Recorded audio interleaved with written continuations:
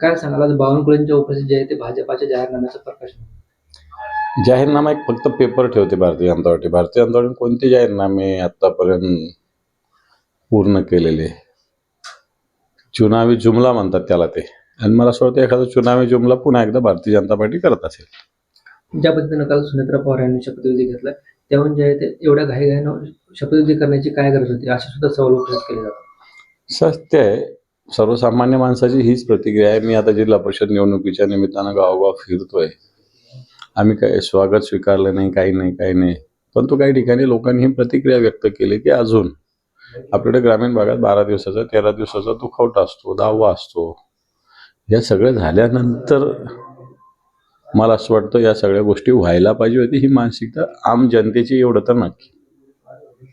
ज्या पद्धतीनं सुनेत्रा पवार यांनी निर्णय घेतला तो योग्यच घेतला असं फडणवीस म्हणाले. आता हे फडणवीसांचं मत आहे. निर्णय योग्य अयोग्य घेतला असं कोण म्हणतंय? फक्त त्याची वेळ चुकीची असं आमचं मत आहे.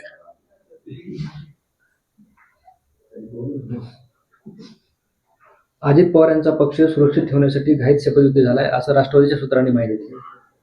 मला असं वाटत नाही कोणता पक्ष सुरक्षित असतो. जर तो पक्ष ज्याचे त्याचे निर्णय घेत असतो, त्यांचे अध्यक्ष आहेत, चला ठीक आहे. एखादा व्यक्ती नाही म्हणून काय तो पक्ष थांबत नसतो, हे तर आता अजितदादा 2 दिवसात लक्षात आलेलं आहे. आणि त्याच्यामुळं पक्ष सुरक्षित, अजितदादाचा पक्ष कोण सुरक्षित करू शकतो? अंबरनाथ पॅटर्नची पुनरावृत्ती होताना पाहायला मिळते. मालेगावात भाजप काँग्रेसची होती, इस्लाम पार्टीला पाठिंबा देणार आज सुद्धा माहिती मिळते. तिथली मला सामाजिक राजकीय स्थिती माहिती नाही, परंतु मला वाटतं MIMला विरोध करण्यासाठी अशा पद्धतीने काही गोष्टी होऊ शकतात किंवा झाल्या असतील.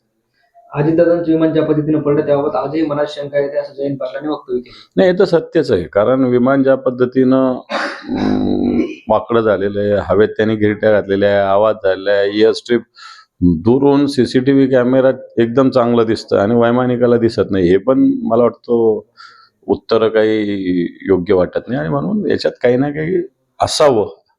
बिघाड वैमानिकाच्या भूमिकेविषयी, विमानाच्या सुरक्षेविषयी निश्चित शंका आहे. दादा, आज केंद्राचा अर्थसंकल्प सादर होत आहे, काय वाटतं आपल्याला याबद्दल? काय करणार आहे? केंद्राच्या डोक्यावर अब्जावधी रुपयाचं कर्जाचं ओझ आहे, आणि मला 100% वाटतं की महागाईला मोठ्या प्रमाणात आजच्या बजेटमध्ये सगळ्या वस्तू महागड्या होणार अशा पद्धतीचं सूतोवाच ऑलरेडी अर्थमंत्र्यांनी केलेलं आहे. मीरा भाईंदरमध्ये गुजराती महापौर बसू नये म्हणून मराठवाड्यावर एकवटला जाणार आहे असं चित्र त्या ठिकाणी निर्माण झालेलं आहे. मराठी माणसं निवडून द्यायला पाहिजे होते ना मराठी लोक. नुसतं मोर्चे काढायला आणि एकवटायला काय अर्थ आहे? मराठी माणसं निवडून द्यायला पाहिजे होते, आणि मग मराठी माणसाला अधिकार होतो की गुजराती नको. इकडे निवडून द्यायचं नाही आणि तिकडे होऊन द्यायचं, असा थोडी अर्थ आहे.